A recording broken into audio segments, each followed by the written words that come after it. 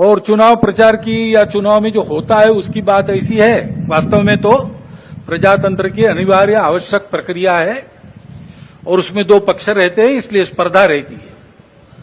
स्पर्धा रहती है तो दूसरे को पीछे करने का, स्वयं को आगे बढ़ाने का काम होता ही है, होना ही चाहिए, परंतु उसमें भी एक मर्यादा है, असत्य का उपयोग नहीं करना। चुने क्यों जा रहे लोग संसद में जाएंगे, बैठकर अपने देश को चलाएंगे, सहमति बनाकर चलाएंगे। हमारे यहां तो परंपरा सहमति बनाकर चलने की है।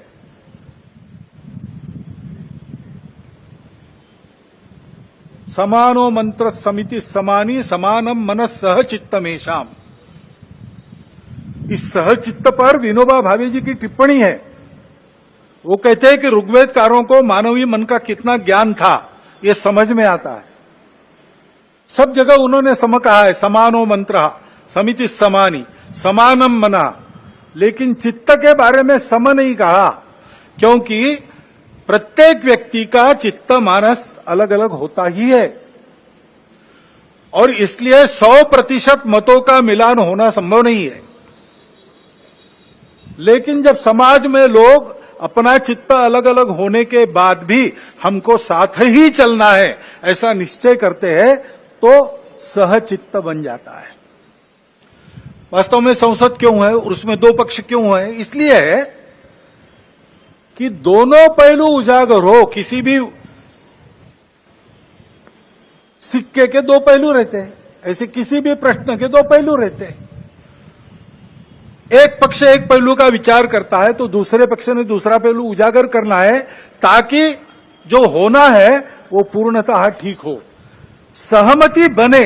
इसलिए संसद बनती है, लेकिन ऐसी सहमति बनना स्पर्धा करके आए लोगों में थोड़ा कठिन भी रहता है और इसलिए हम बहुमति का आसरा लेते हैं। उसके लिए स्पर्धा चलती है। ये स्पर्धा है, कोई आपस का युद्ध तो है नहीं। जिस प्रकार ये बातें हुई, जिस प्रकार एक दूसरे को लताड़ना हुआ,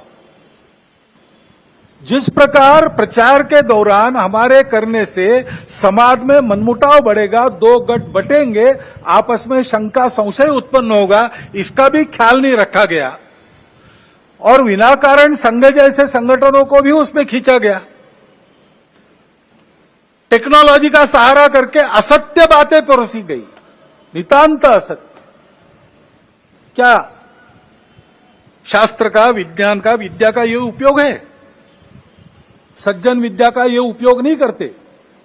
विद्या विवादाय ये खलस्य, ऐसा कहा है, विद्या विवादाय धनम मदाय शक्ति परेशान परपीडनाय खलस्य साधो विपरीतमेतत् ज्ञानाय दानाय च रक्षणाय। विद्या का उपयोग प्रबोधन करने के लिए होता है, लेकिन आधुनिक विद्या टेक्नोलॉजी का उपयोग असत्य परोसने के लिए किया गया। ऐसे से देश कैसे चलेगा भाई? आखिर सबको देश ही चलाना है ना। दो पक्ष है, विरोधी पक्ष कहते हैं, मैं प्रतिपक्ष कहता हूं। वो विरोधी नहीं है, उसको विरोधी मानना भी नहीं चाहिए।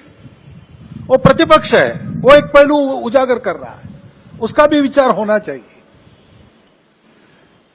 ऐसा जब चलना है तो चुनाव लड़ने में भी एक मर्यादा होती है। उस मर्यादा का पालन नहीं हुआ,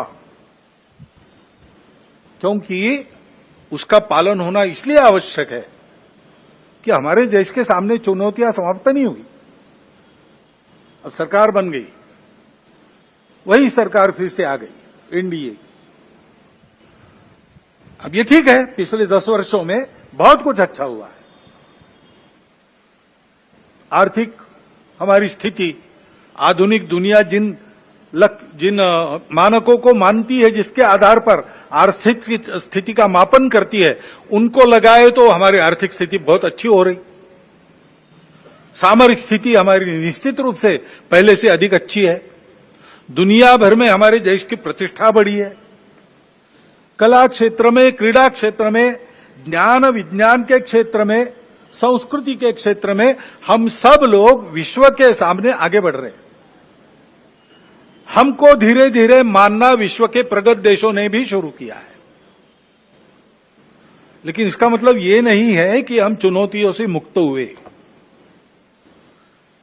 अभी उन बातों से मुक्त होकर जो चुनाव के आवेश में अतिरेक हो गया, उससे मुक्त होकर हमको आने वाली